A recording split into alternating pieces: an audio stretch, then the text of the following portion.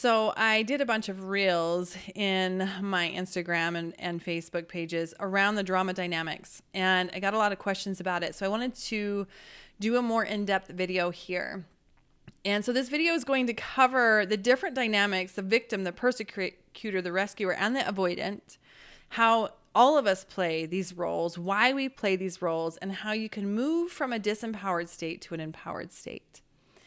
So the first role that we're going to dive into, and this is something that when this came into my life, it was several years ago when I first stepped into my shamanic training. And I was sitting in class and this was talked about. I'd never heard about the triangle of disempowerment. Have you? And as the teacher started sharing this, I was like, there's no way I play this. I don't play any of these roles. And then about 20, 30 minutes into this conversation, I'm like, holy shit. I play every single one of these roles. And it was a very, very significant and impactful learning for me because my paradigm, my whole reality of how many times I play in the triangle, and I had no idea, allowed for a huge perspective shift and a new way of engaging in the world. And so this is the main reason why I teach this, is because it's extremely empowering to start understanding why we choose this and that we are choosing these different roles. So the first role I want to talk on is the victim. We all know the victim mentality, those people that are just always put down by life. Something is always going on. They feel hopeless, trapped, ashamed, guilt, powerless. They're always looking to other people to make decisions for them.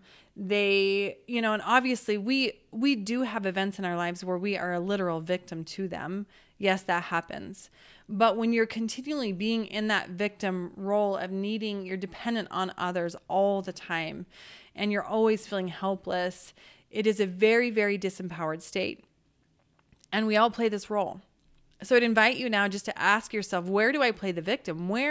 In what situation in my life have I played the victim, and have I been a victim to? And as you sit with that and just sitting with this question of where have you been the victim to life, the way that you can move from a disempowered state to an empowered state is starting to move from the victim to more of the survivor thriver, and asking the questions, what do you want? What do you want out of life? And then taking action on it, keeping agreements. If somebody asks you to do something and you have agreed to it, stick to it. And getting really healthy with how can you show up for yourself and showing yourself that you are a thriver in life and that you are not a victim to it. Those are some of the ways that you can move from a disempowered state to an empowered state. So the next dynamic or the next role that is almost socially acceptable to play is the rescuer or the hero. And this is something that really in our movies, we always have a hero. We celebrate the hero. There's a victim and there's a persecutor and there's a hero. So this dynamic is playing out on the world stage in our movies. It is constantly ingrained that we need to be one of these things because that's just part of life, right? So this hero aspect that comes in, somebody who goes down and rescues the damsel in distress, and then they fall in love, and then there's this whole dynamic then for the rest of their lives that whoever was rescued always needs to continue to be rescued, and here's the hero who's always the hero.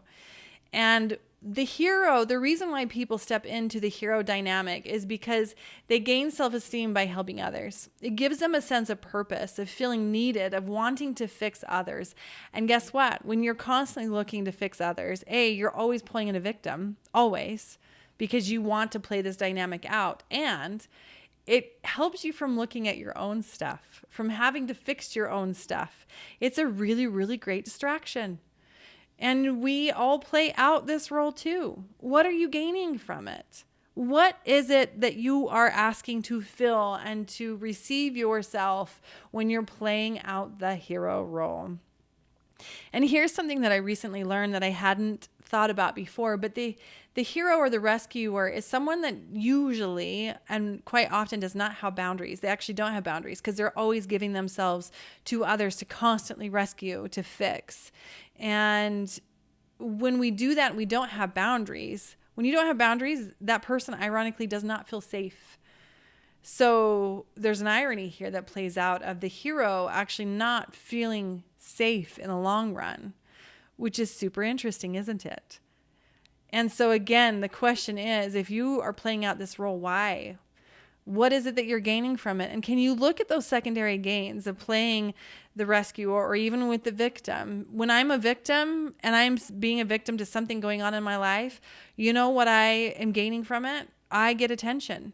I get to rest and be taken care of and loved on, especially when I'm thinking about when I'm sick, right? You're a victim to whatever that experience is. When I have my migraines, I am a victim to that migraine. And it is nice being able to shut out the world and climb into bed and sleep, even though it is painful. There is a part of me that is relishing in the ability to stop, to rest, and to be taken care of. So in the hero, what part of you what is the secondary gain? Feeling needed, feeling wanted. And can you fulfill these parts of you in other more healthier ways that are not disempowered, but more empowered? So how do you move out of the hero? You go into the coach. You become the coach for yourself, for others. Somebody comes to you because you've been playing out this dynamic for a long time, probably. Somebody comes to you looking to be rescued. What do? You hold them in that. What are the best kind of coaches? They are someone that can see you for your potential and hold you in that. So can you do that for others? Can you tell them that you know that they're capable of doing these things and cheer them on and celebrate them and telling them, I know you can do this, and also doing the same for yourself? So how we move out of the hero from a disempowered state to an empowered state is moving from the hero to the coach. The third role in the triangle of disempowerment is the persecutor, or also known as the bully. And the bully is someone who is constantly pointing the finger, blaming others, never turning the finger back on themselves, but constantly telling, you should have done this, you should be this, you should do these things. These are the rules, but they never follow through with their rules. They oftentimes are sarcastic. They like to put other people down. They're angry, resentful, critical, controlling, dominating. We know these parts, right? The bully. And what are the secondary gains of the bully? Well, the bully is all going to pull in two people onto the triangle. And here's the thing with all of these roles. Every time you step onto the triangle or the drama dynamics, and we'll talk about that in a minute, you always pull other people on with you. You have to have a victim. You have to have the rescuer, the hero, along with you. If you're the bully, you have a victim and you have somebody that will come in and rescue that victim, right? So you're constantly dancing around this triangle, and I'm not going to talk about that. I'll come back to that in a minute. I want to finish this persecutor, the bully. How do you move out of this? Well, you recognize that you're in it. Holy cow. I'm being condescending. I'm pointing fingers at other people. I'm not taking my own advice. I'm not following my own rules. I'm being mean. I'm being cruel. I'm putting people down. How can you step out of it? Being aware of that. Why are you choosing to do this? Oftentimes the secondary gains are, I feel powerful when I do this. It gives me a sense of also a little bit of a purpose of being mightier than, of being bigger than. All the while you're feeling really weak inside, very scared inside, and you're not willing to look at those pieces within you. So it gives you a sense of power, of control, of that dominating. So how do you move out of this? How do you move out of a disempowered to an empowered? You move to the challenger. And the challenger has clear boundaries, right? And you have clear structure. You state your boundaries and you follow through with them. And you do it with yourself first. You keep your agreements. You make expectations really clear and you keep them. And when you have people that are coming in, especially if you've been doing this for quite a while, you provide choices to others. You can either keep your agreement or I will no longer be involved. You choose. Those kind of questions or communication that you can have with others.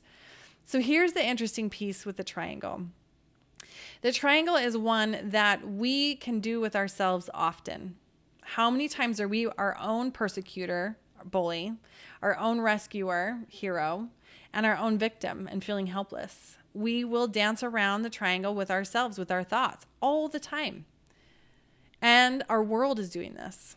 Our world is also doing the triangle. It's stepping into the triangle. And what happens when and if you were in a client session with me and we were working on the triangle, I'd actually have you physically step into each role, almost as if you're embodying that space. And as we move through the different dynamics, I would take you through a process to where you would feel exactly how this feels in your body when you are on the triangle. Most people will report that it's a very swirling energy. You get pulled in and you get whipped in almost like a tornado, getting pulled around and getting caught into the drama. We all know what it feels like when you're caught in the drama. You're so pulled into it, there's not a whole lot of consciousness. And some people will feel literal physical pain in their body, in their lower back, tension in their neck, headaches, and almost every single person feels nauseous. These are your indicators that you're on the triangle. And how beautiful is it that our bodies show up for ourselves and show us when you're on the triangle? This is your indicator. You're on the triangle. And now what are you going to choose? You can actually physically take a step back. You can shift your feet. You can shift your body. Take a breath and make a conscious choice to step off. I am not going to be on the triangle. I'm going to be more empowered than disempowered. And usually there's a reason that this is showing up in your life. So one of the biggest questions you can ask is, all right, what else is possible here? I can feel that this energy is coming in and there's a drama dynamics that's happening. This triangle is happening. What else is possible here? And can I get what I'm wanting, my ultimate goal for whatever reason I'm creating the situation? Can I get what I'm wanting in a different, more empowered way? And then allow yourself to sit with that and be still and allow for time to pass. Sometimes there's some space and time that needs to be present with. Now there's also a thing called the drama dynamics that hits through, and you'll see the drama dynamics is more like a square or a rectangle. And that one talks about the avoidant as another role. And the avoidant is someone who likes to put their head in the sand, kind of like the ostrich, right? The irony is what happens with the ostrich. If there's a huge, herd of whatever coming in, the ostrich is still going to get trampled, but they think that they're not a part of it because their head's in the sand. And how many times do we do that? We pretend it's not there, or we don't want to be a part of the drama. We put our head in the sand, but we're continuing to perpetuate it. So again, what is the secondary gain? You don't want to be seen. You don't want to be witnessed. You don't want to be a part of this. Holy cow. It feels scary. I'm trying to avoid conflict. All the while, if you just take your head out, take a breath, and actually face this, can you communicate from more of an empowered state? Hey, this feels scary to me. And this feels whatever it is. Can you communicate how you're feeling? Can you witness why you're choosing to avoid? Can you witness why you're choosing to try and be out of this, and then communicate and speak voice to it? So these are a little bit more in depth with how and why we choose into different dynamics, how you can choose to move from a disempowered state to more of an empowered state and start to live in a life that is a lot more conscious. I would be curious to know your thoughts below where you have noticed that you're playing out the triangle or the drama dynamics. And if you found this video to be helpful, make sure and like and subscribe my videos, as I will start sharing more and more of these videos to assist you in life. Sending you all so much love.